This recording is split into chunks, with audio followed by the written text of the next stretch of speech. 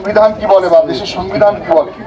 দেশের সংবিধান বলে, আমার এক বোন কিন্তু বক্তব্যে বলে গেল যে আমার একটা নাগরিকের 5টা অধিকার আছে, সেটা সরকারকে পূরণ করতে হবে। প্রথমত অন্ন, বস্ত্র, বাসস্থান, শিক্ষা, চিকিৎসা, এই 5টি আমার অধিকার, এটা রাষ্ট্র আমাকে পূরণ করতে হবে।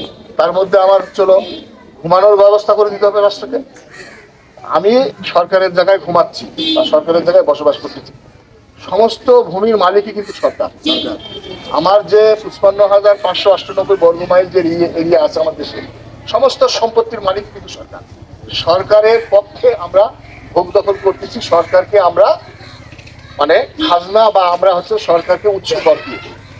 ঠিক আছে, এখন প্রশ্ন হচ্ছে হলো আমার যে পর্যন্ত রাস্তা তৈরি করতে প্রয়োজন, আমার 4 লেন রাস্তা করতে যতটুকু প্রয়োজন, আমার ফুটপাথ তৈরি করতে যতটুকু প্রয়োজন, ততটুকু নেওয়ার পরে যে জায়গাটুকু অতিরিক্ত অধিগ্রহণ করেছে সরকার, যদি এখানে যদি কোনো পরবর্তীতে কোনো যদি সরকারের উন্নয়ন যদি না করার পরিকল্পনা থাকে, তাহলে সেই জায়গাগুলোকে সরকারকে ছিন্নমূল মানুষের মাধ্যমে উইল মোতাবেক বা সরকারের যে নিয়ম কানুন আছে সেই নিয়ম কানুনের মধ্যে তাদেরকে ফেরত দিতে হবে। উপজেলা লেভেলে একটা স্মারকলিপি দিতে হবে। প্রত্যেকটি পরিবার প্রধান যারা ক্ষতিগ্রস্ত হওয়ার আশঙ্কায় আছেন, প্রত্যেকটা পরিবারে আপনারা সেখানে সই এবং দস্তখত করবেন এবং আগামীকাল 11টায় আপনাদের বাড়ির পুরুষ প্রধান এবং নারী প্রধান যারা আপনারা আছেন, আপনাদের বাচ্চা কাচ্চা সহ অর্থাৎ প্রত্যেককে সঙ্গে করে নিয়ে আমরা উপজেলায় বসবো। দেখা যাবে এইখানে একটু কোনা ছাড়া পড়েছে, এই কোনা ছাড়লে দিয়ে গেলে আর একটু ফাঁকা হয়ে গেল, কিন্তু এটা যদি ভাঙবে আরো ভিতরে ঢুকে যাবে। এই জন্য মনে করবেন যে যারা ছিন্নমূল অবস্থায় থাকবেন, যারা যে ক্ষতিগ্রস্ত হবে, আমরা আপনাদের সব সময় পাশে থাকবো।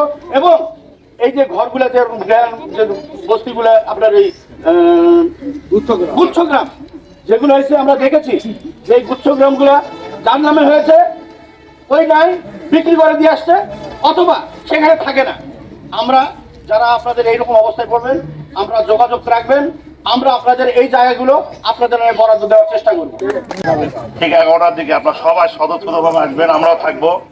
আপনারা জানেন ইতিপূর্বে আমাদের যে নির্বাহী অফিসার ছিলেন উনি পরিবর্তন হয়ে গেছেন, গত 1 তারিখে নতুন আসছেন এবং আমাদের ওসি সাহেবও নতুন, আজকে ওসি সাহেব চলে যাচ্ছে, আবার আগামীকাল আসবে,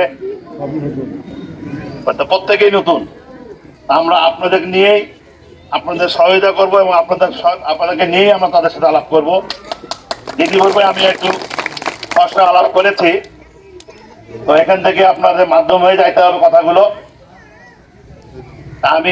আমরা বাংলাদেশ জাতীয়বাদী দল বিএনপি পৌর উপজেলা শাখা, উপজেলা ও পৌর শাখা সকল নেতৃবৃন্দ আপনাদের সাথে আছে, ইতিপূর্বে ছিল, ভবিষ্যতে থাকবে।